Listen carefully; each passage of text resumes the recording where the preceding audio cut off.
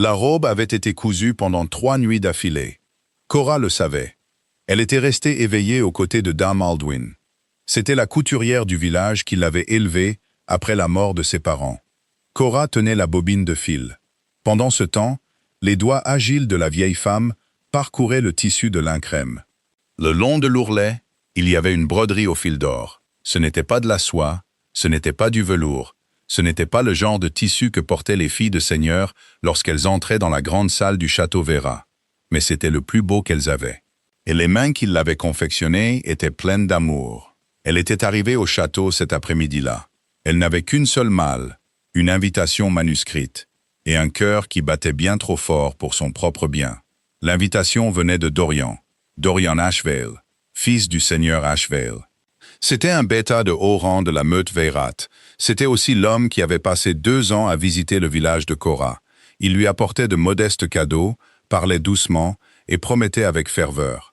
Il l'avait dit de ses propres mots, par une nuit de pluie fine, sur le seuil de la chaumière de Dame Aldwyn.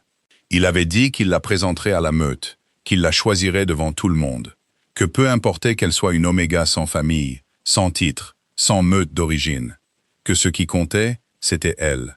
Cora l'avait cru. Peut-être parce qu'elle voulait y croire. Peut-être parce que personne n'avait jamais prononcé son nom comme il le faisait.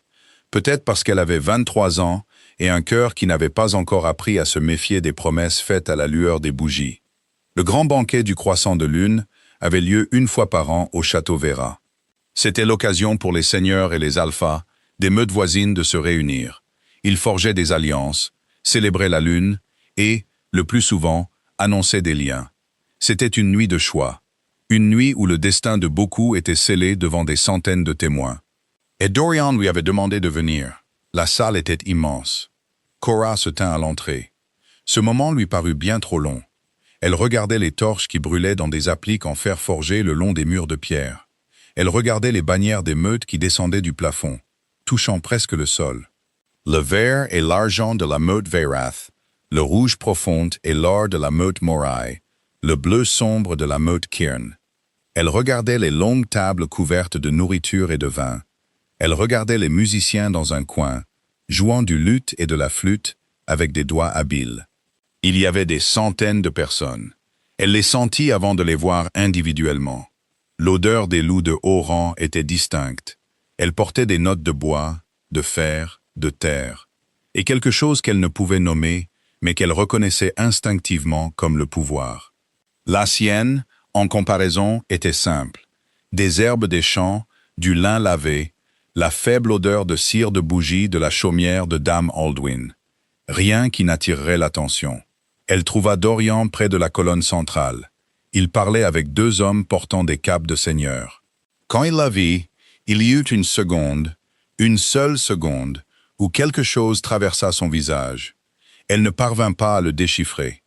Ce n'était pas de la joie, ni du soulagement.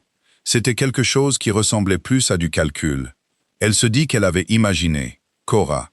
Il s'approcha d'elle, lui baisa brièvement la main et sourit de cette manière prudente qui était la sienne. « Tu as l'air bien. Tu as l'air bien. Pas magnifique. Pas radieuse.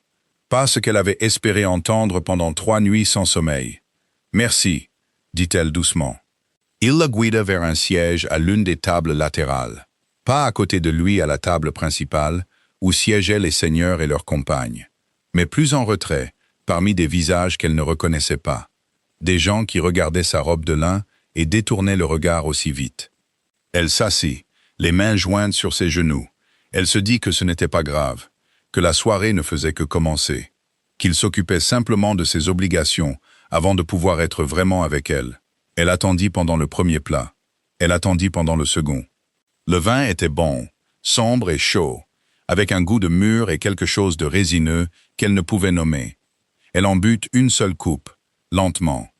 Elle regardait la salle se remplir de rire, de musique et de cette énergie particulière qui naît lorsque des gens puissants se sentent assez en sécurité pour être bruyants. Elle observait Dorian. Il était assis à la table principale, à côté d'une femme qu'elle ne connaissait pas. La femme avait des cheveux blonds argentés, retenus par une barrette en pierre de lune. Elle portait une robe de soie vert profond, qui captait la lumière des torches. Et son rire traversait la salle comme s'il était conçu pour être entendu. Elle était belle. Elle était de toute évidence noble. Et Dorian se penchait vers elle, avec une aisance qu'il n'avait jamais montrée envers Cora en 2 ans de visite à son village. Cora posa sa coupe. Elle se disait encore qu'elle avait tout imaginé quand l'annonce fut faite. Le seigneur Aldrich Ashvale, le père de Dorian, un homme large aux cheveux gris acier et aux yeux froids d'un loup qui avait survécu à des décennies de politique de meute, se leva de son siège à la tête de la table principale et leva sa coupe. La salle se tut progressivement. Les conversations s'éteignirent comme des flammes de bougies, soufflées une par une. « Amis et alliés », dit le seigneur Aldrich. Sa voix était exercée, autoritaire. La voix d'un homme habitué à ce que les pièces se taisent pour lui. Le banquet du croissant de lune a toujours été une célébration des liens, des choix, de l'avenir que notre meute entend construire. Il marqua une pause, laissant le silence peser de tout son poids. Ce soir, j'ai l'honneur d'annoncer que mon fils, Dorian Ashvale, a choisi sa compagne. Une union qui renforcera les liens entre Vera et la noble meute Cairn. La femme aux cheveux blonds argentés à côté de Dorian releva légèrement le menton. Cora sentit la salle basculer. Dame Saraphène de Cairn, continua le seigneur Aldrich, accueille ce lien avec grâce et honneur. La cérémonie officielle aura lieu à la prochaine pleine lune. Les applaudissements parcoururent la salle comme une vague. Cora ne bougea pas. Elle resta assise, les mains toujours jointes sur ses genoux, sa coupe de vin à moitié pleine à côté de son assiette. Elle regarda Dorian lever sa coupe vers son père sans jamais la regarder. Pas une seule fois. Comme si elle n'était tout simplement pas là. Comme si les 2 années de visite, de mots doux et de promesses faites sous la pluie, sur le seuil d'une chaumière, n'avaient jamais existé. La femme assise à côté de Cora, une servante plus âgée, à qui elle n'avait pas parlé de la soirée, s'écarta légèrement. Comme si la proximité de l'humiliation était contagieuse. Cora inspira une fois, lentement, par le nez. Elle n'allait pas pleurer. Pas ici. Pas devant des centaines de loups qui avaient un meilleur odorat que la vue et qui sentiraient son chagrin avant qu'elle ne puisse le cacher. Elle n'allait pas faire un bruit. Elle n'allait pas se lever trop vite, ni renverser quoi que ce soit. Elle n'allait donner à personne la satisfaction de la voir s'effondrer sur un siège d'emprunt, à une table d'appoint, dans une salle où elle n'avait jamais vraiment eu sa place. Elle se leva avec précaution. Elle lissa le devant de sa robe de lin. La robe que Dame Aldwin avait cousue pendant 3 nuits sans dormir, avec du fil d'or le long de l'ourlet, parce qu'elle avait cru que Cora méritait d'entrer dans une pièce et d'être choisie. Et elle se dirigea vers le couloir le plus proche, sans se presser. Le menton droit, les épaules droites et les mains parfaitement immobiles le long de son corps. Personne ne l'arrêta. Personne ne la regarda même. Elle suivit le couloir, s'éloignant du bruit de la salle. Elle tourna une fois, puis une autre. Et puis elle continua simplement à marcher jusqu'à ce que la musique devienne un murmure lointain derrière d'épais murs de pierre. Les torches se firent plus rares, l'air devint plus frais. Le seul son était celui de ses propres pas sur le sol en dalle. Elle ne sut pas combien de temps elle marcha. Elle ne savait pas dans quelle partie du château elle était entrée. Elle poussa une lourde porte à 2 battants au bout d'une longue galerie, parce qu'elle était là, et qu'elle avait besoin de faire quelque chose de ses mains. Et elle entra dans l'obscurité, l'air frais et le silence. Puis elle s'arrêta. La pièce était vaste. Même dans la quasi-obscurité, elle pouvait en sentir l'échelle. Le plafond était incroyablement haut au-dessus d'elle. Le sol s'étendait, large, lisse et pâle sous la lumière argentée qui tombait d'une rangée de hautes fenêtres cintrées le long du mur du fond. La lune était pleine, basse et généreuse ce soir-là. Elle inondait la pièce d'une sorte de lumière sans chaleur, mais qui avait autre chose à la place. La clarté, peut-être. Le genre de lumière qui montre les choses exactement comme elles sont. C'était une salle de bal, vide, silencieuse, abandonnée pour la soirée. Pendant que chaque âme vivante du château était entassée dans la grande salle, célébrant un lien qui venait de détruire silencieusement quelque chose en quoi elle avait été assez sotte pour croire. Cora resta un long moment dans l'embrasure de la porte, puis, très lentement, elle marcha jusqu'au centre du sol. Il n'y avait pas de musique. Personne ne regardait. Il n'y avait que le clair de lune, la pierre et le son lointain et étouffé d'une célébration dont elle ne faisait plus partie. Elle leva les bras et se mit à danser. Elle ne dansa pas comme elle l'aurait fait si quelqu'un l'avait regardée. Il n'y avait aucune performance dans ses gestes. Pas de positionnement soigné des bras. Pas de grâce délibérée. Aucune conscience de la façon dont l'ourlet de sa robe balayait le sol, ou dont le clair de lune attrapait le fil d'or au bord du tissu. Elle bougeait simplement comme elle le faisait enfant dans la prairie, derrière la chaumière de Dame Aldwin. Quand l'herbe était assez haute pour la cacher et que le vent venait, bas et chaud, des collines du sud, et il n'y avait personne pour juger la forme de sa joie ou l'honnêteté de son chagrin. Elle bougeait à travers les deux maintenant. Le chagrin est quelque chose de plus ancien que le chagrin. Quelque chose qui n'avait pas de nom précis, mais qui vivait dans sa poitrine, juste sous la clavicule. À l'endroit où l'espoir était resté assis tranquillement pendant 2 ans, se faisant petit et patient, attendant d'être reconnu. Il n'avait pas été reconnu. Il avait été simplement ignoré, effacé, comme s'il n'avait jamais existé. Elle tourna lentement au centre du sol, les bras étendus, la tête penchée en arrière vers le haut plafond qu'elle pouvait à peine voir, et elle laissa le silence la tenir, comme personne à ce banquet n'avait pris la peine de le faire. Elle ne jouait pas la comédie du chagrin. Elle ne dramatisait pas sa propre humiliation. Elle se déplaçait simplement à travers elle, comme l'eau qui s'écoule dans un passage étroit. Pas par choix, mais parce qu'elle n'a nulle part où aller. Le clair de lune changea légèrement, alors qu'un nuage passait quelque part au-dessus du château. Elle ralentit, puis s'arrêta. Elle se tenait seule au centre de la salle de bal vide, les bras le long du corps, sa respiration régulière, et sa robe parfaitement immobile autour de ses pieds. Et elle s'accorda exactement 10 secondes d'immobilité absolue. 10 secondes pour sentir tout le poids de la soirée. La table d'appoint, le baiser prudent sur sa main. Tu as l'air bien. L'annonce qui avait traversé la salle comme un coup de tonnerre. Les applaudissements. Dorian ne la regardant pas une seule fois. 10 secondes. Puis elle releva le menton, laissa tomber ses épaules et expira. Elle avait quitté cette salle avec sa dignité intacte. Elle n'avait pas pleuré. Elle n'avait pas élevé la voix. Elle n'avait donné à personne le plaisir de voir une oméga d'un village s'effondrer parce que le fils d'un bêta avait fait des promesses qu'il n'avait jamais eu l'intention de tenir. Elle s'était simplement levée, avait lissé sa robe et était partie. C'était suffisant. C'était en fait plus que suffisant. Elle partirait le matin. Elle retournerait au village. Elle s'assiérait dans la cuisine de Dame Aldwin et boirait le thé amer que la vieille femme préparait toujours, quand il fallait affronter quelque chose dans le monde. Et elle laisserait la vieille femme la gronder pour lui avoir fait confiance. Et elle ne discuterait pas, parce que Dame Aldwin aurait raison. Mais elle avait d'abord cette nuit. Et cette pièce, vide, argentée et vaste, semblait plus honnête que tout ce qu'elle avait rencontré depuis son arrivée au château Vera. Elle se remit à bouger. Il était venu dans la salle de bal pour la même raison. Les hommes comme lui cherchaient toujours des pièces vides pendant les célébrations.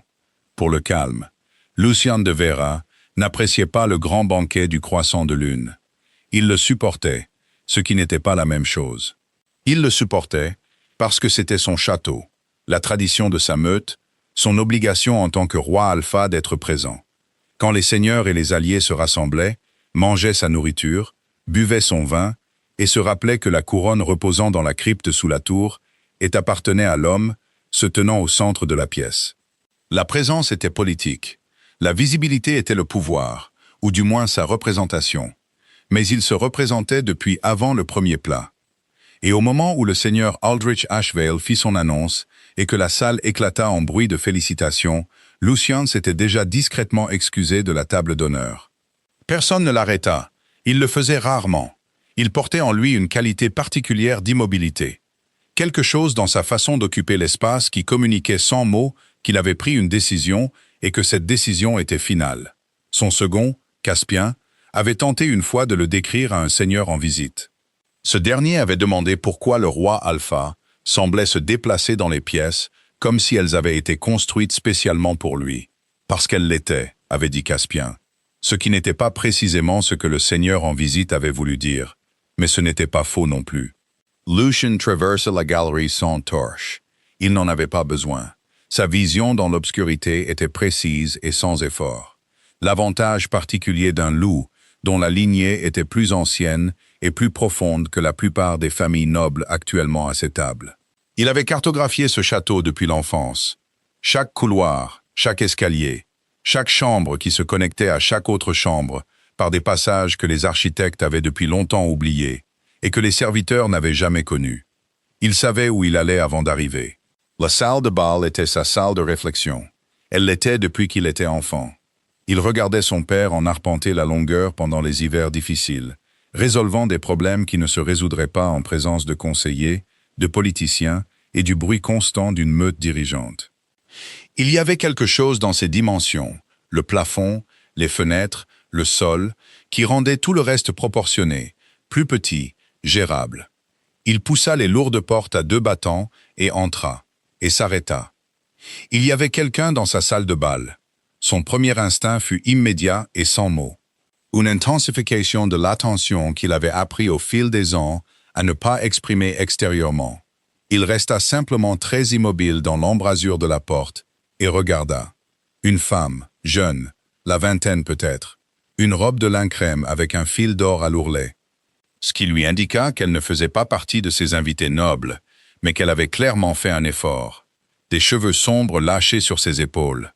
Pas de bijoux, pas de barrette, aucun symbole d'affiliation à une meute qu'il pouvait identifier. Elle dansait. Il n'y avait pas de musique. Il le confirma immédiatement, avec une certaine confusion, car l'absence de musique rendait le mouvement étrange et aussi, d'une certaine manière, plus frappant. Elle n'exécutait aucune danse de cour formelle qu'il reconnaissait. Les pas n'avaient aucun motif qu'il pouvait tracer, aucune structure, aucune conscience d'un public. Elle se déplaçait simplement dans l'espace éclairé par la lune, les bras levés, les yeux fermés et le visage incliné vers le haut. Et le fil d'or à l'ourlet de sa robe captait la lumière à chaque fois qu'elle tournait et la dispersait en de brefs arcs chauds sur le sol pâle. Il se tenait dans l'ombre de l'embrasure et ne s'annonça pas. Il se dit que c'était parce qu'interrompre quelqu'un dans cet état d'intimité serait inutilement cruel. Il n'examina pas les autres raisons de trop près. Elle ralentit. Elle s'arrêta de nouveau, immobile dans une flaque de clair de lune, les bras retombant doucement le long de son corps. Sa respiration était visible dans la légère montée et descente de ses épaules. Il pouvait l'entendre de là où il se tenait, régulière maintenant, contrôlée. La respiration de quelqu'un qui avait décidé quelque chose. Et puis, très faiblement, il perçut son odeur. Elle traversa la pièce sur l'air frais des hautes fenêtres et l'atteignit avec une spécificité qui le figea d'une manière différente. Pas la vigilance de la surprise. Quelque chose de plus ancien, quelque chose qui vivait en deçà du langage. Des herbes des champs, du lin propre, de la cire de bougie. Et sous tout cela, autre chose. Quelque chose qui n'avait aucun équivalent parmi les odeurs qu'il avait cataloguées en 32 ans de vie au sein d'une des plus anciennes lignées alpha des meutes connues. Une chaleur qui n'était pas brûlante, une profondeur qui n'était pas pesante. Quelque chose que les textes les plus anciens, ceux conservés dans les archives scellées sous la bibliothèque du château, décrivaient dans un langage si archaïque qu'il fallait un érudit pour le traduire. Il avait lu ces textes. Il ne les avait pas crus. Il les croyait maintenant. Elle se remit à bouger, et il la regarda. Le son lointain de la musique et des rires de la grande salle semblaient provenir d'un monde entièrement différent. Un monde dans lequel il n'avait aucun intérêt particulier à retourner. Il y eut un bruit dans le couloir derrière lui. Des pas, plusieurs paires. La cadence particulière d'hommes qui essayaient de se déplacer silencieusement et n'y parvenaient pas tout à fait. Il les reconnut sans se retourner. Caspian et au moins 2 gardes de son cercle rapprochés. Ils avaient manifestement décidé que le roi Alpha avait été absent du banquet assez longtemps pour justifier une recherche. Il se tourna légèrement et leva une main. Les pas s'arrêtèrent. Il entendit Caspian prendre son souffle pour parler et le fit taire d'un seul regard par-dessus son épaule. Un regard qui ne nécessitait aucun mot et transmettait avec une précision totale l'instruction de rester exactement où ils étaient et de ne plus faire de bruit. Caspian referma la bouche. Lucien se retourna vers l'embrasure de la porte. La femme dans la salle de bal s'était de nouveau arrêtée. Elle se tenait le dos partiellement tourné vers lui maintenant. Elle regardait la rangée de fenêtres cintrées et le clair de lune qui s'y déversait. Et il pouvait voir son visage de profil. La ligne nette de sa mâchoire, le léger relèvement de son menton, l'expression particulière de quelqu'un qui n'est pas résigné, mais qui a simplement décidé d'être honnête avec soi-même à propos de quelque chose de difficile. Il avait déjà vu cette expression. Il la portait lui-même parfois dans des pièces où personne ne regardait. Il devrait s'annoncer. Il savait qu'elle ne savait pas qu'elle était observée. Et il y avait une ligne entre regarder quelqu'un dans un moment de chagrin privé authentique et permettre à cette observation de se poursuivre au-delà des convenances. Il était conscient de cette ligne. Il était également conscient qu'il n'avait pas bougé, qu'il se tenait dans l'ombre de la porte de sa propre salle de bal, regardant une femme sans titre et sans meute, dans une robe de lin cousue de fil d'or, danser seule au clair de lune. Et que quelque chose en lui, quelque chose d'ancien, de certain, et de totalement sans hâte, avait déjà pris une décision que son esprit n'avait pas encore tout à fait fini d'articuler. Derrière lui, Caspian déplaça son poids de manière presque imperceptible. Lucien ne se tourna pas. « Retournez à la salle, dit-il doucement. Dites-leur que je reviendrai sous peu. » Une pause. « Monseigneur ?» dit Caspian tout aussi doucement. « Est-ce que tout ?» « Retournez à la salle, Caspian. » Une autre pause, puis le bruit de pas qui s'éloigne. Lucien regarda la femme au clair de lune. Elle n'avait pas entendu. Les murs de pierre étaient épais, et sa voix avait été basse. Et elle était toujours légèrement tournée, regardant toujours les fenêtres avec cette expression d'honnêteté calme et composée. Il appuya une épaule contre le cadre de la porte, et il attendit. Elle l'entendit avant de le voir. Pas des bruits de pas, il n'en faisait aucun, ou aucun qui ne lui parvint à travers le silence épais de la salle de bal. Ce qu'elle entendit, c'était un changement dans l'air, un changement dans la qualité du silence, la façon dont le silence change lorsqu'il n'est plus vide, mais occupé. Elle avait grandi dans un village assez petit pour avoir appris à lire la présence des autres par des signaux plus subtils que le son, la façon dont la flamme d'une bougie se penche légèrement vers une porte ouverte, la façon dont la température d'une pièce s'ajuste autour d'un corps qui y est entré. Elle se tourna. Il y avait un homme dans l'embrasure de la porte. Elle ne le reconnut pas immédiatement, ce qui ne signifiait pas grand-chose. Elle ne connaissait personne au château Vera, sauf Dorian. Et Dorian était en train de lever une coupe à une femme blonde argentée dans une robe de soie. Ce qu'elle remarqua en premier, ce n'était pas son visage, mais sa façon de se tenir. Une épaule contre le cadre de la porte, les bras ballants, complètement immobile, à la manière de quelqu'un qui était là depuis un certain temps et n'avait fait aucun effort pour s'annoncer. Il la regardait. Le clair de lune n'atteignait pas directement l'embrasure, mais une partie se dispersait et se reflétait sur le sol de pierre pâle, assez pour qu'elle puisse le voir avec une clarté raisonnable. Des vêtements sombres, une tunique d'un gris anthracite profond, une cape repoussée sur une épaule. Aucun ornement visible, à l'exception d'une seule bague à sa main droite, qui capta un bref éclat d'argent lorsqu'il bougea légèrement. Des cheveux sombres, un visage aux traits anguleux et sérieux, qui ne révélait absolument rien de ses pensées. Il était grand, pas de manière exagérée, mais de la façon dont certains hommes sont grands, sans sembler faire d'efforts. Comme si la taille était simplement l'une des nombreuses qualités qui s'étaient posées sur lui tranquillement et sans cérémonie. Elle se tint parfaitement immobile au centre du sol éclairé par la lune et sentit une chaleur monter dans sa nuque. Elle avait dansé seule dans une salle de bal vide, sans musique, les yeux fermés, les bras levés, pleurant un homme qui ne l'avait jamais mérité. Et quelqu'un l'avait regardée. « Depuis combien de temps ?» dit-elle, et elle fut reconnaissante que sa voix soit sortie sans trembler. « Êtes-vous là ?»« Assez longtemps, » dit-il. Sa voix était basse, pas douce. Il n'y avait rien de particulièrement doux en elle. Mais basse, de la manière dont certains sons sont bas, portant sans effort, remplissant l'espace entre eux sans avoir besoin d'essayer. Elle eut l'impression irrationnelle qu'il pourrait chuchoter dans cette pièce et être entendu parfaitement. « C'est la salle de bal, » dit-elle, parce qu'elle devait dire quelque chose. Sa dignité avait déjà eu une soirée assez difficile sans qu'elle reste muette devant un étranger qui l'avait regardée danser seule dans le noir. En effet, il acquiesça. Je pensais qu'elle était vide. Elle l'était. Il marqua une brève pause. Puis vous êtes arrivé. Alors je suis arrivé. Elle est pleine de monde depuis. Elle cligna des yeux à cette remarque. Il y avait quelque chose là-dedans. Pas tout à fait de l'humour, mais quelque chose de proche. Le genre d'observation sèche qui se situe juste à la frontière de l'ironie, sans tomber dans la moquerie. Elle ne pouvait pas dire s'il se moquait d'elle. Elle décida après un moment que non. « Je m'excuse, dit-elle. Je ne savais pas que quelqu'un serait ici. Je vais partir. » Elle fit un pas pour le contourner vers la porte, et il bougea, juste un peu, juste assez pour suggérer, sans la bloquer, la différence entre un homme qui veut empêcher et un homme qui veut simplement être reconnu. « Vous n'êtes pas obligé, dit-il. » Elle s'arrêta. « Je ne me plaignais pas, continua-t-il du même ton neutre. Je faisais une observation. La pièce n'est pas vide. C'est simplement un fait. Cela ne vous oblige pas à la quitter. » Elle le regarda un instant. « Vous m'avez regardé danser, dit-elle, sans vous annoncer. »« Oui, ce n'était pas particulièrement courtois. »« Non, admit-il, sans aucune détresse apparente à ce sujet. Ça ne l'était pas. Je pourrais vous donner une raison, mais je soupçonne que cela n'améliorerait pas significativement votre opinion de la situation. » Elle l'étudia. Il ne bougea pas sous son attention.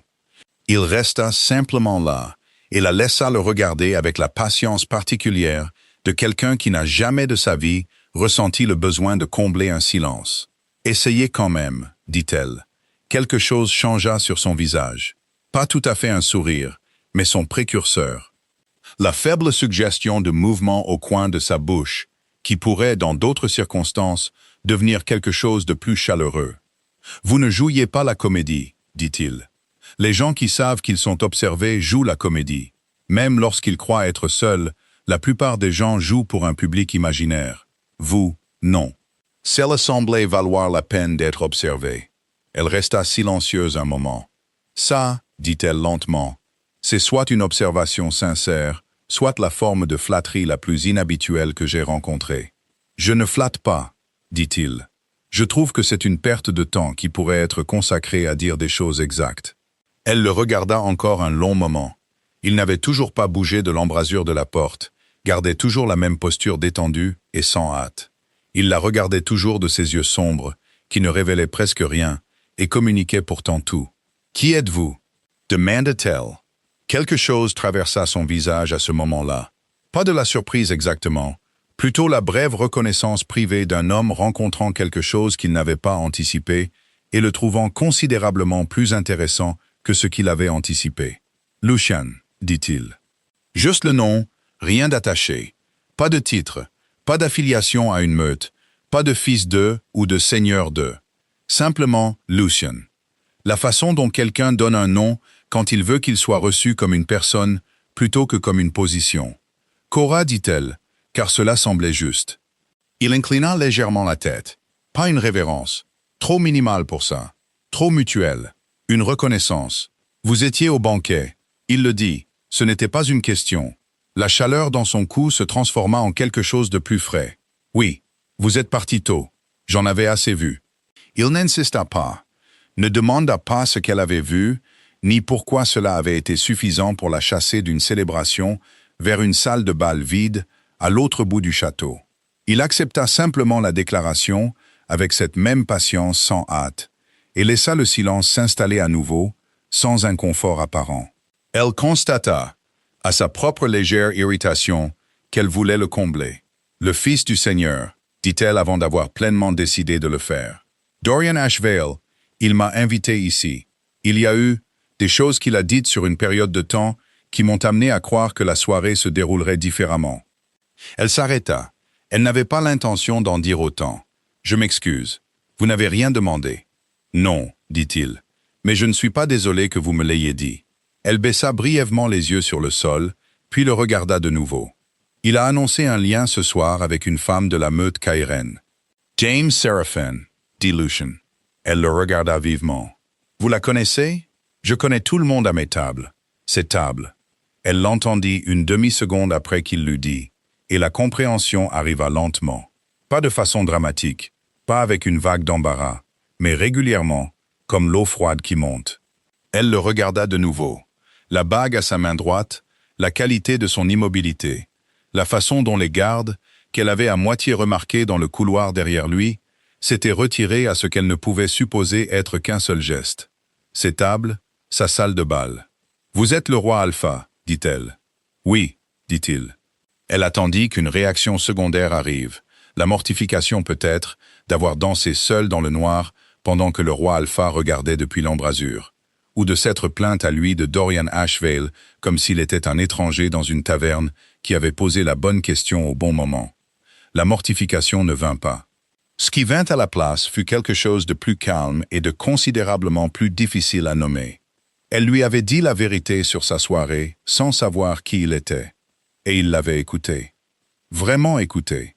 Sans ce léger recul d'inconfort que la plupart des gens adoptent quand une oméga sans statut dit quelque chose d'honnête.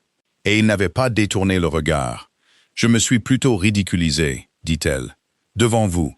Je veux dire, la danse et puis les explications. Vous avez dansé honnêtement dans une pièce vide parce que vous en aviez besoin, dit-il. Et vous avez expliqué quelque chose de vrai, sans l'enrober de plus de dignité que nécessaire. Je ne vois rien de ridicule là-dedans. » Elle resta silencieuse. « Le fils d'Ashval, dit Lucian, après un moment, et sa voix avait très légèrement changé. Toujours neutre, toujours contrôlée, mais portant quelque chose sous la surface qu'elle ne pouvait pas identifier précisément. Il vous a invité ici avec l'intention d'un choix public. Ce n'était pas non plus une question, mais elle y répondit. C'est ce que j'avais compris. Et puis il a annoncé un lien avec une autre femme. Oui, un silence. C'est, dit Lucian, avec une précision qui était d'une certaine manière plus tranchante que la colère ne l'aurait été, un manque de caractère significatif. Elle le regarda. C'est aussi, continua-t-il du même ton égal, le genre d'échec qui en révèle considérablement plus sur l'homme qui l'a commis que sur la femme qui lui a fait confiance. Quelque chose bougea dans sa poitrine. Pas de façon dramatique, pas le grand bouleversement de quelqu'un dont le chagrin a été soudainement résolu, car le chagrin ne fonctionnait pas comme ça. Et elle n'était pas assez naïve pour le croire, mais quelque chose de petit, de calme et de réel, comme une porte s'ouvrant dans une pièce qui avait été fermée depuis longtemps. Elle ne s'était pas attendue à de la gentillesse de la part d'un roi dans une salle de bal sombre à la fin d'une soirée désastreuse. Elle ne s'était pas attendue à sentir, debout dans l'espace vide de sa propre humiliation, que quelqu'un avait regardé la forme complète de celle-ci et l'avait trouvée, elle, pas la situation, pas le pathétique de la chose, mais elle, digne d'être considérée directement. « Merci », dit-elle. C'était simple, et elle le pensait. Il la regarda un moment de ses yeux sombres et sans hâte, puis il se détacha du cadre de la porte et entra dans la pièce. Pas vers elle, pas directement. Il se déplaça sur le côté, vers la rangée de fenêtres cintrées, et resta un moment à regarder la lune. Elle le regarda. Son profil était aussi illisible que son visage l'avait été. Et pourtant, il y avait quelque chose dans la posture de ses épaules et l'inclinaison de son menton qui suggérait qu'il n'était pas aussi indifférent que son immobilité le laissait paraître. « Le banquet continuera encore 2 heures, dit-il à la fenêtre. Vous n'êtes pas obligé d'y retourner. Je n'en avais pas l'intention. Bien. » Il marqua une pause. « Cette pièce est préférable. » Elle cligna des yeux. « Est-ce que vous, comptez-vous rester ici au lieu d'assister à votre propre banquet ?» Il tourna légèrement la tête, et cette fois, la chose au coin de sa bouche était indubitable. Brève, sèche et sincère. Il semblerait que oui. Elle le regarda, debout dans le clair de lune à côté des fenêtres de son propre château. Le roi Alpha qui l'avait regardé danser seul dans le noir et ne s'était pas annoncé parce qu'elle ne jouait pas la comédie. Et elle sentit quelque chose changer dans l'architecture de la soirée. Pas réparé. Rien de ce que Dorian avait fait n'était réparé, mais réarrangé d'une certaine manière, placé sous une lumière différente. « Il n'y a pas de musique, dit-elle. »« Non, admit-il. Je dansais sans musique avant. » « J'ai remarqué. » Elle le regarda un moment. Il la regarda en retour, stable, sans hâte et totalement sérieux. Et il ne dit rien de plus, car il était apparemment un homme qui comprenait que certaines choses n'avaient pas besoin d'être dites pour être comprises. Elle leva lentement les bras et recommença. Cette fois, elle n'était pas seule. Il ne dansa pas. Il se contenta de se tenir au bord du clair de lune et de la regarder. Et la qualité de son regard était si différente de l'observation cachée d'avant que cela semblait être un acte entièrement différent. Il n'était plus un étranger dans une embrasure de porte maintenant. Il était un homme qui lui avait dit son nom, avait écouté sa vérité et avait choisi, délibérément, de rester dans la pièce. C'était suffisant pour l'instant. C'était plus que suffisant. Elle ne dormit pas bien.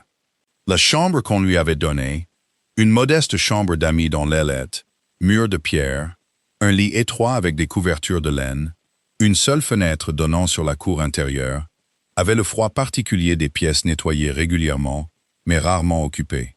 Et elle resta éveillée longtemps, écoutant le château s'installer autour d'elle et pensant à des choses auxquelles elle ne voulait pas penser. Dorian. Elle s'en débarrassa rapidement. Ce chagrin était réel, mais il était aussi net. Le chagrin d'une promesse rompue, pas le chagrin de quelque chose de vraiment perdu. Car elle comprenait maintenant, allongée dans le noir avec la clarté qui vient après minuit, qu'elle avait été amoureuse de la version de Dorian qu'elle avait construite à partir de ses mots, plutôt que de l'homme lui-même. L'homme lui-même avait toujours été légèrement flou. Elle avait simplement choisi de ne pas le remarquer. Ce dont elle ne pouvait pas se débarrasser aussi facilement, c'était Lucien. Elle se tourna sur le côté et regarda la fenêtre. Elle avait dansé peut-être un quart d'heure de plus après avoir levé les bras la deuxième fois. Et il était resté au bord du clair de lune et l'avait regardé avec cette attention stable et sans hâte. Et quand elle avait finalement ralenti et s'était arrêtée, il n'avait rien dit immédiatement. Il l'avait juste regardé de ses yeux sombres qui révélaient précisément ce qu'il voulait révéler, et pas une fraction de plus. Puis il avait dit très doucement « Vous devriez dormir. Le matin exigera des décisions. » Elle n'avait pas demandé quelle décision.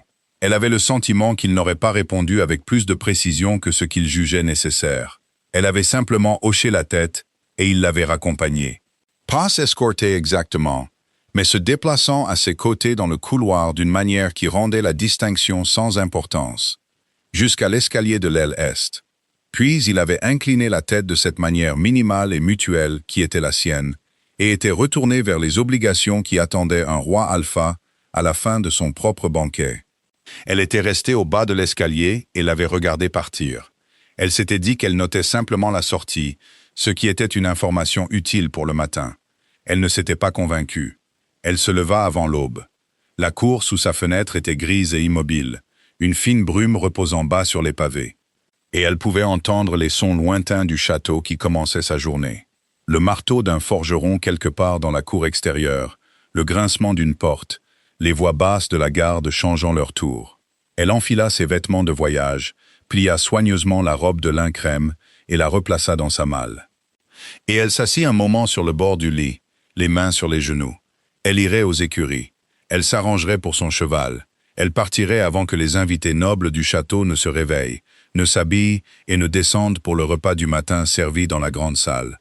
Et elle n'aurait pas à traverser une autre pièce pleine de gens qui l'avaient vue assise à une table d'appoint la veille au soir et avaient détourné le regard. Elle était presque à la porte quand on frappa. Ce n'était pas un coup timide. C'étaient 3 sons précis et sans hâte sur le bois. Le coup de quelqu'un qui s'attendait à ce que la porte soit ouverte et offrait simplement la courtoisie de s'annoncer avant qu'elle ne le soit. Elle ouvrit. L'homme dans le couloir n'était pas Lucien. Il avait peut-être 30 ans, des cheveux couleur sable et un visage ouvert et vif.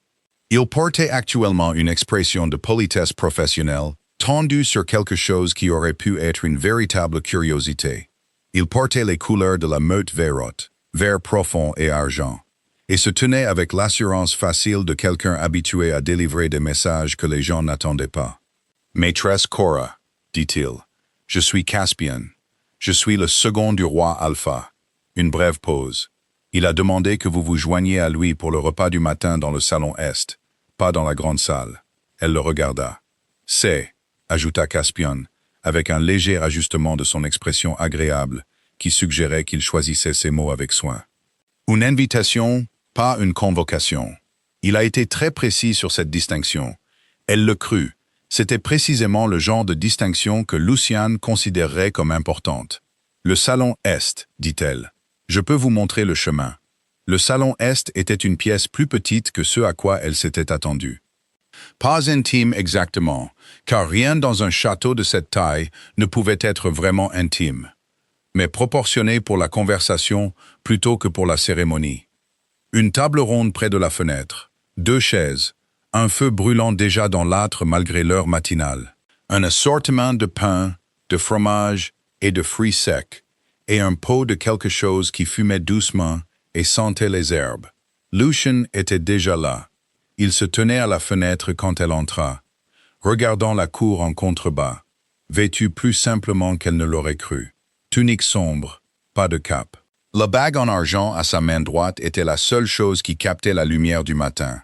Il se tourna quand elle entra, et quelque chose sur son visage changea de cette manière minimale qu'elle commençait déjà à reconnaître comme l'équivalent, chez un autre homme, d'une réaction considérablement plus expressive. « Vous alliez partir. » Il le dit. Ce n'était pas une accusation. C'était simplement exact. « Oui, » dit-elle. Il était inutile de faire semblant. Il l'aurait su dès qu'il aurait vu ses vêtements de voyage. « Asseyez-vous, » dit-il. « Mangez quelque chose d'abord. » Elle s'assit. Il s'assit en face d'elle. Et pendant quelques minutes, aucun d'eux ne parla. Ce qui, elle l'apprenait, n'était pas inconfortable quand c'était lui. Il versa quelque chose du pot en argile, une boisson chaude d'herbe et de miel, légèrement amère sur les bords. Le genre de choses qui calme l'estomac et éclaircit l'esprit. Et il le poussa vers elle sans commentaire, et elle enroula ses mains autour et fut reconnaissante.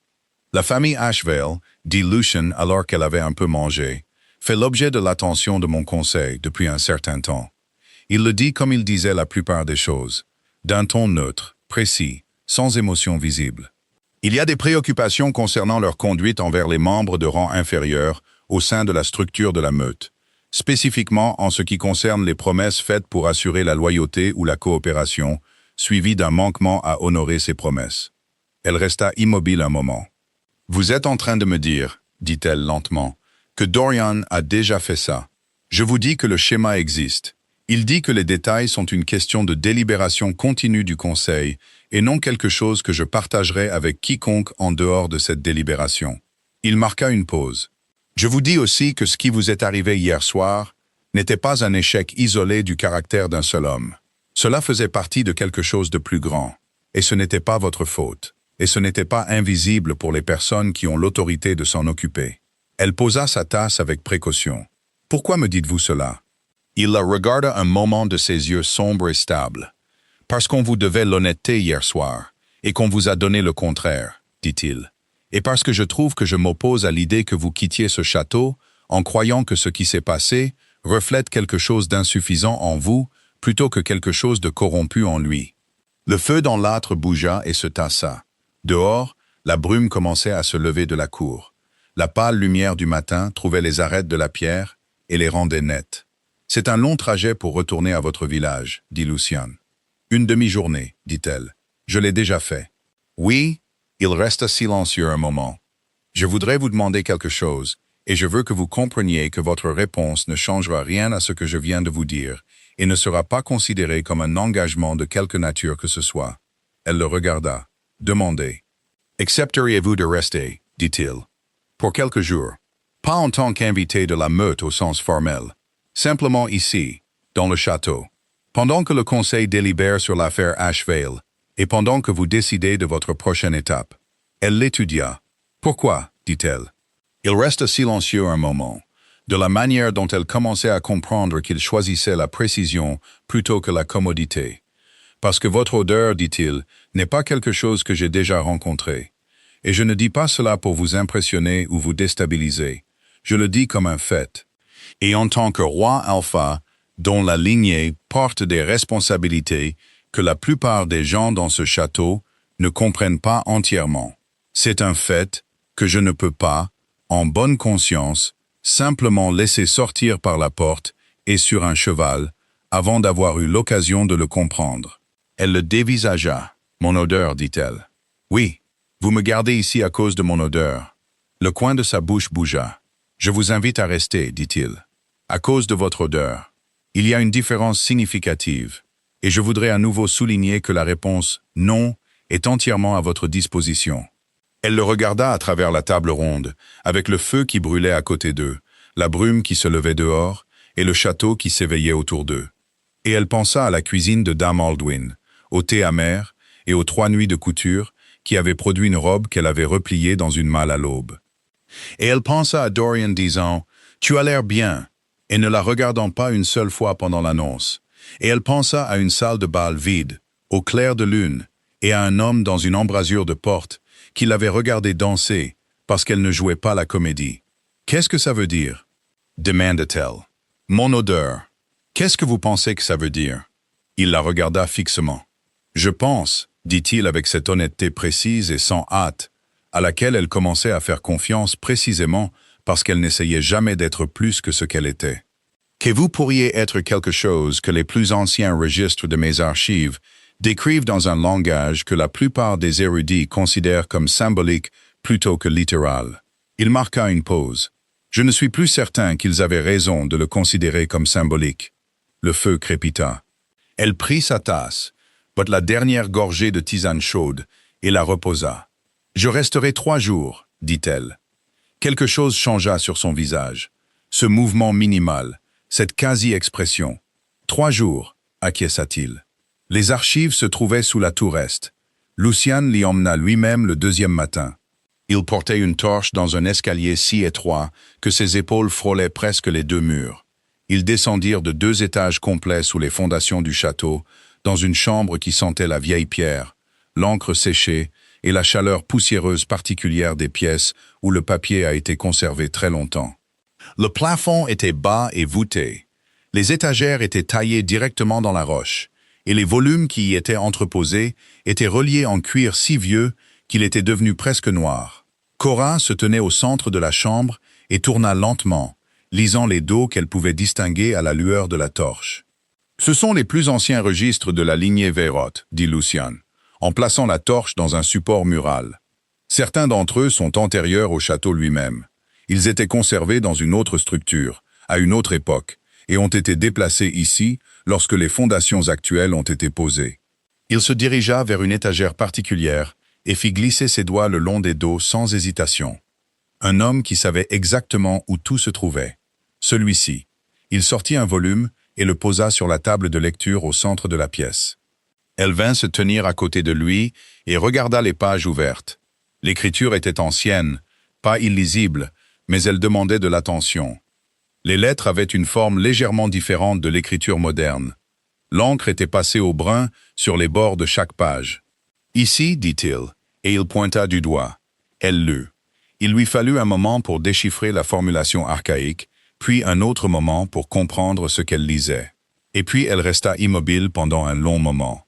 L'oméga encre, c'est ainsi que le texte l'appelait. Pas un rang au sens conventionnel, pas la désignation sociale d'oméga, que la hiérarchie de la meute utilisait pour désigner ceux de statut le plus bas. Quelque chose de plus ancien, quelque chose que le texte décrivait comme apparaissant rarement, peut-être une fois toutes les plusieurs générations, portant une odeur qui était perçue différemment par les loups de lignée alpha profonde, pas comme subordonné, pas comme inférieur, mais comme un ancrage fondamental. Le mot le plus ancien que l'érudit avait utilisé, traduit imparfaitement d'une langue encore plus ancienne, était quelque chose qui s'approchait de pierre angulaire. Là où l'encre marche, disait le texte, la meute tient bon. Là où elle est absente, quelque chose d'essentiel manque, bien que la meute ne sache peut-être pas le nommer. Elle leva les yeux de la page. Lucien la regardait de ses yeux sombres et stables. « Vous avez trouvé ça après hier soir, dit-elle. »« Je n'ai pas eu besoin de le trouver, dit-il. Je l'ai lu de nombreuses fois. Je ne m'attendais simplement pas à rencontrer ce qu'il décrivait au milieu de mon propre banquet. Une pause. Ou dans ma salle de bal après. » Elle retourna à la page. « Cela pourrait vouloir dire n'importe quoi, dit-elle. Les vieux textes disent beaucoup de choses. Les érudits les interprètent selon ce qu'ils veulent trouver.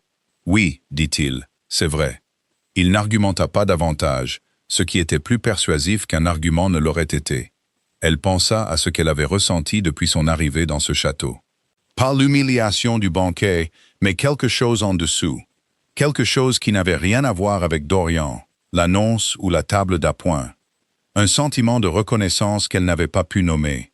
Pas de Lucien spécifiquement, pas au début, mais du château lui-même. Les pierres, l'air, la façon dont les couloirs semblaient moins un lieu étranger qu'une carte qu'elle avait en quelque sorte oubliée qu'elle connaissait déjà. Elle s'était dit que c'était simplement l'étrangeté de la soirée qui la rendait fantasque. Elle n'en était plus tout à fait certaine. Le 3e matin, Caspian vint la trouver dans le salon Est. Elle avait pris l'habitude de s'y asseoir après le petit déjeuner, lisant un volume sur l'histoire de la meute Veyroth que Lucien avait laissé sur la table la veille au soir sans commentaire. Il l'avait simplement posé là, était parti à sa réunion du conseil et lui avait fait confiance pour décider si elle le voulait. Elle l'avait voulu.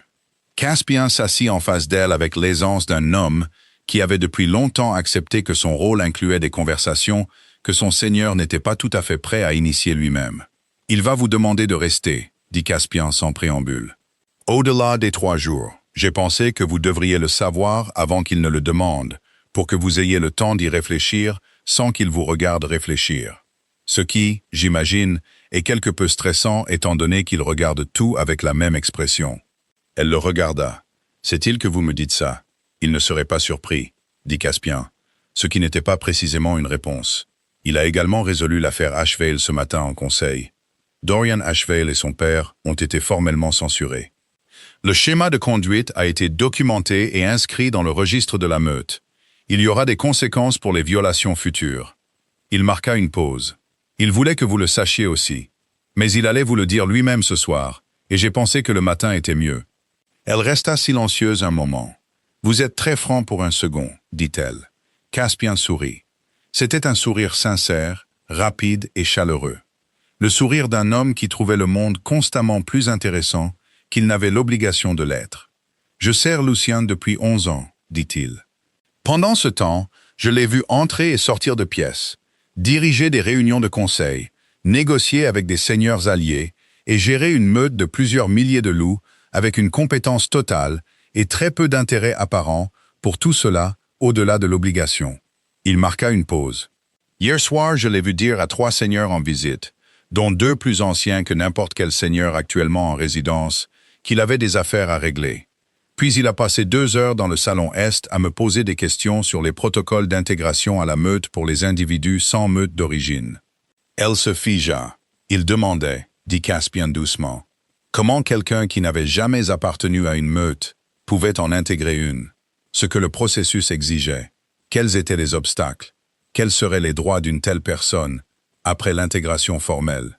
Il se leva, plaçant ses mains derrière son dos dans une posture presque formelle, mais pas tout à fait. J'ai pensé que cela valait aussi la peine de le savoir avant ce soir. Il la laissa avec le livre, le feu et la qualité particulière de la lumière du matin qui entrait par la fenêtre du salon Est. Et elle resta assise longtemps sans lire. Lucien la trouva dans la salle de bal. Elle y était allée en fin d'après-midi. Pas pour danser cette fois, mais simplement pour se tenir dans l'espace qui était en quelque sorte devenu la pièce la plus honnête qu'elle ait rencontrée dans ce château. Et elle était à la fenêtre, regardant la forêt au-delà du mur extérieur, quand elle entendit la porte. Elle n'eut pas besoin de se retourner pour savoir que c'était lui. « Caspian m'a dit qu'il vous a parlé ce matin, » dit Lucien. « Il l'a fait. Je m'excuserai pour cela, sauf que ce qu'il vous a dit était exact, et que je vous aurais dit les mêmes choses moi-même ce soir, mais moins efficacement. » Elle se détourna de la fenêtre. Il se tenait là où elle l'avait vu pour la première fois, pas dans l'embrasure cette fois, mais juste à l'intérieur. La lumière de fin d'après-midi entrait par les hautes fenêtres et tombait sur le sol pâle entre eux. « Les 3 jours sont terminés, » dit-elle. « Oui.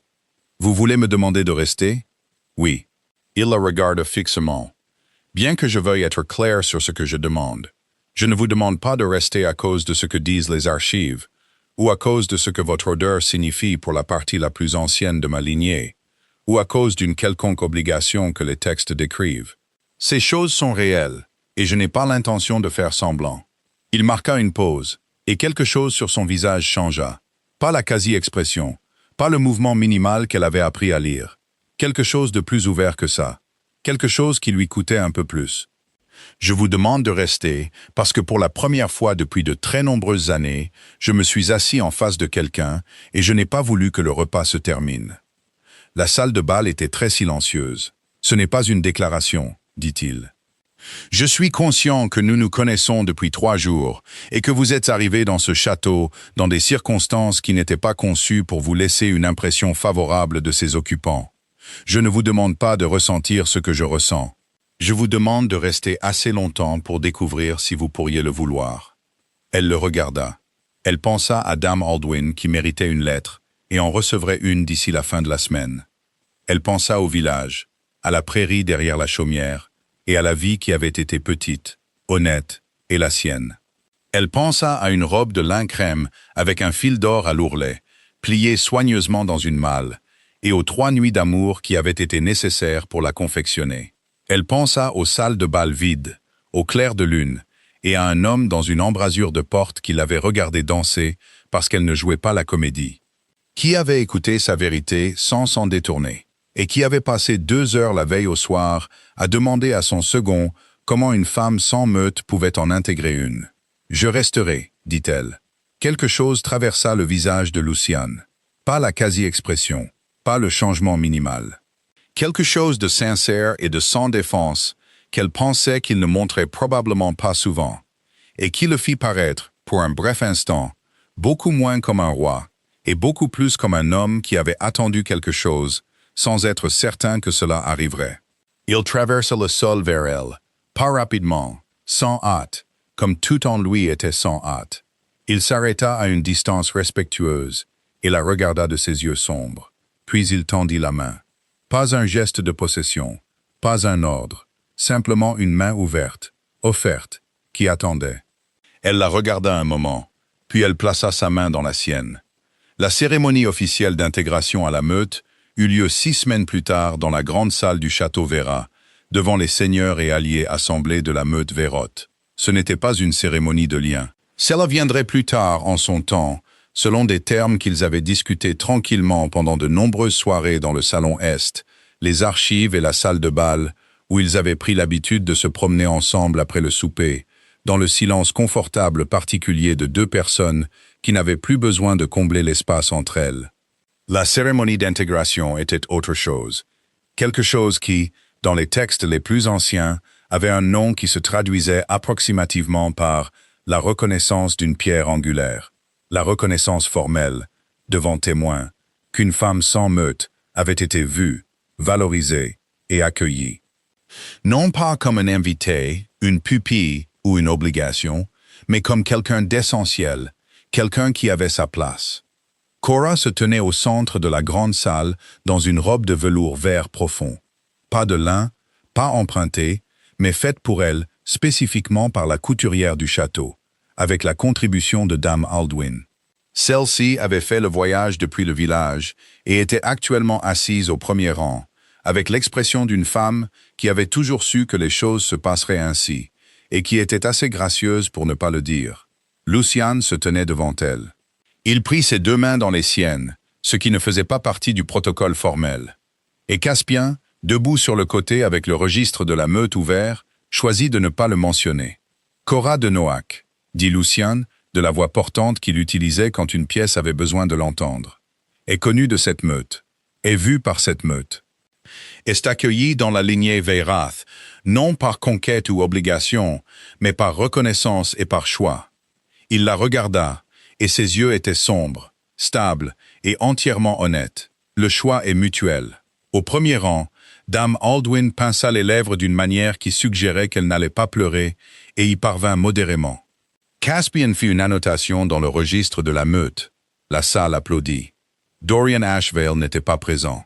Il avait quitté le territoire de Véra avec son père 3 semaines auparavant, suite à la censure formelle, pour répondre de leur conduite devant un conseil neutre de seigneurs alliés. Il ne reviendrait pas. Quoi qu'il ait imaginé jeter en détournant le regard d'une table d'appoint et en levant sa coupe, il en avait compris tout le poids, environ 4 jours après le banquet, quand la nouvelle lui parvint par les canaux habituels de ragots et de messagers, que la femme qu'il avait ignorée avait été invitée à rester au château Véra par le roi Alpha lui-même. À ce moment-là, comme Caspian l'avait observé à Lucian un matin avec une satisfaction considérable, il était complètement trop tard. Cette nuit-là, longtemps après la cérémonie, le souper et le départ lent des invités, Cora se tenait seule à la fenêtre du salon Est. Elle regardait la cour en contrebas et écoutait le château s'installer autour d'elle. Ce n'était plus un son étranger, c'était le sien. Luciane vint se tenir à côté d'elle, assez près pour qu'elle puisse sentir sa chaleur. Et ils restèrent ensemble à regarder la cour sombre, les étoiles au-dessus du mur extérieur et la forêt au-delà. La même forêt qu'elle avait vue de cette fenêtre le premier matin, alors qu'elle buvait une tisane et décidait si 3 jours étaient assez longs. « Dame Aldwin approuve, » dit Cora. « Je sais, » dit-il. Elle me l'a dit directement et longuement. Elle rit, un vrai rire, non calculé, le genre qui vient de quelque part de sincère.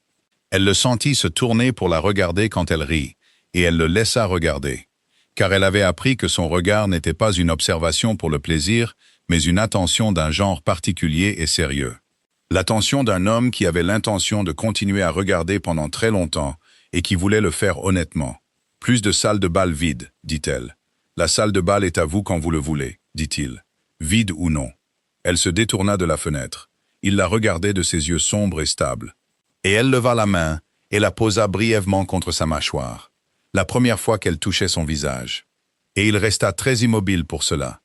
L'immobilité de quelqu'un qui reçoit quelque chose avec précaution. Et il tourna légèrement la tête et pressa ses lèvres contre sa paume. Bref, chaud et sans exigence. Une promesse, pas du genre de celle faite sous la pluie, sur le seuil d'une chaumière et oubliée le matin. Le genre de promesse, construite dans les salles d'archives, les repas du matin et les soirées passées, à arpenter une salle de bal, éclairée par la lune, dans un silence confortable. Le genre qui avait été bâti tranquillement et honnêtement, depuis la base. Elle baissa la main. Il la garda dans la sienne. Ils restèrent à la fenêtre, pendant que le château finissait de s'installer autour d'eux, que le feu brûlait doucement dans l'âtre. Et quelque part dans la cour extérieure, un loup appela une fois la lune montante et reçut une réponse. Et Cora de Vera, la pierre angulaire de la meute, enfin chez elle, ne ressentit plus le besoin de danser seule. Elle était enfin exactement là où était sa place.